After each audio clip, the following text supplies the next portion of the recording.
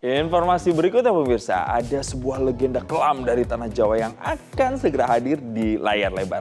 Ini adalah film Perempuan Pembawa Sial yang menggabungkan ada kisah cinta, kutukan, dan juga karma yang menjadi sebuah horor penuh misteri. Orang Indonesia kan kayaknya banyak suka horor ya.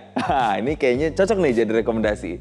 Jadi Fajar Nugros selaku sutradara mengaku menyisipkan ketakutan-ketakutan saat masa kecilnya ke dalam cerita film ini. Termasuk adalah keputusannya untuk menggandeng Eyang Didik Nini Towo untuk berperan di film ini. Katanya juga karena trauma masa kecilnya waktu bertemu dengan Eyang loh. Kira-kira sepenarik apa ya ceritanya? Ini deh.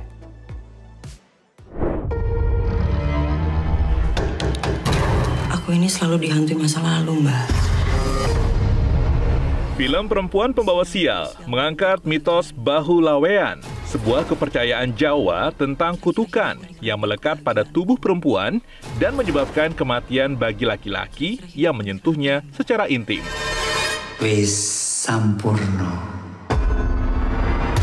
Kisah ini dibalut dalam narasi personal yang kuat, mengeksplorasi trauma, stigma, dan perjuangan seorang perempuan yang dihantui dosa masa lalu dan dihakimi karena takdir yang tidak dipilihnya.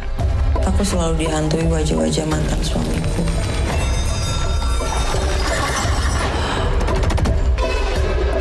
Film ini juga sangat personal untuk sang sutradara, Fajar Nugros, karena ia menyisipkan ketakutan-ketakutannya semasa kecil ke dalam cerita film ini.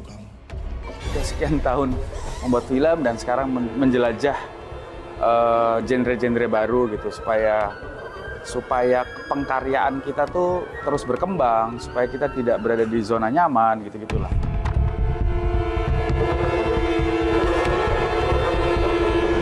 Enggak juga, karena aku penakut. Tapi kemudian melihat begitu banyak film horor dan sepertinya proses mereka berkarya itu sangat menantang gitu ya.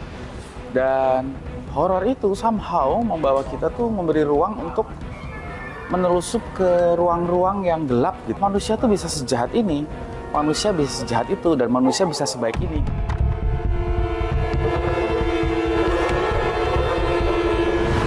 Aku pengen bersama Dian Sastro untuk membuat horor terbaru ya, Dian. Kalau dengan belum kayak Dian Sastro.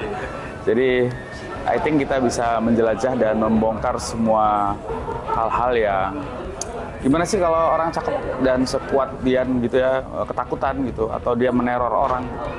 Karena dulu sempat action satu scene film action doang sama Dian dan aku rasa menarik kalau bisa bekerja sama dengan dia mengerjakan genre yang sama-sama menantang inilah.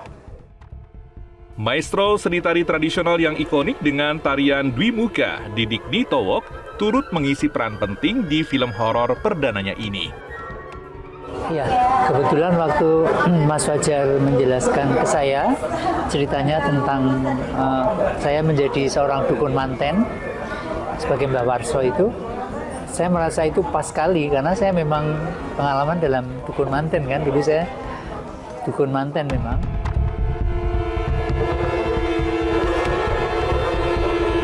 Sebenarnya itu satu kesatuan Mas, dalam arti kita kalau membawakan karakter itu kan harus ada penjiwaan supaya masuk ke karakter itu dalam tari lebih rumit Mas. Misalnya dari plain karakter, kemudian menunjukkan karakter sinis. Sedikit sekali berbeda. Habis ini kemudian lalu marah. Kemudian dari marah takut, kemudian sedih.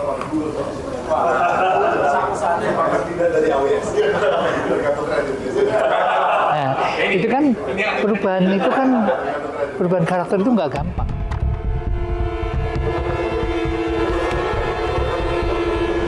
Benar, karena kalau di tari itu kan punya pakem-pakem mudra juga Mas, gerakan. Jadi karena yang belajar tari India, bagaimana yang menceritakan wajah saya cantik. Lalu dalam opera Cina menunjukkan kecantikan bisa begini juga. Itu butuh sekali. Dalam tari Bali itu juga kan gerakan yang seledetnya itu seledet manis, det, tong, kemudian ya set, kemudian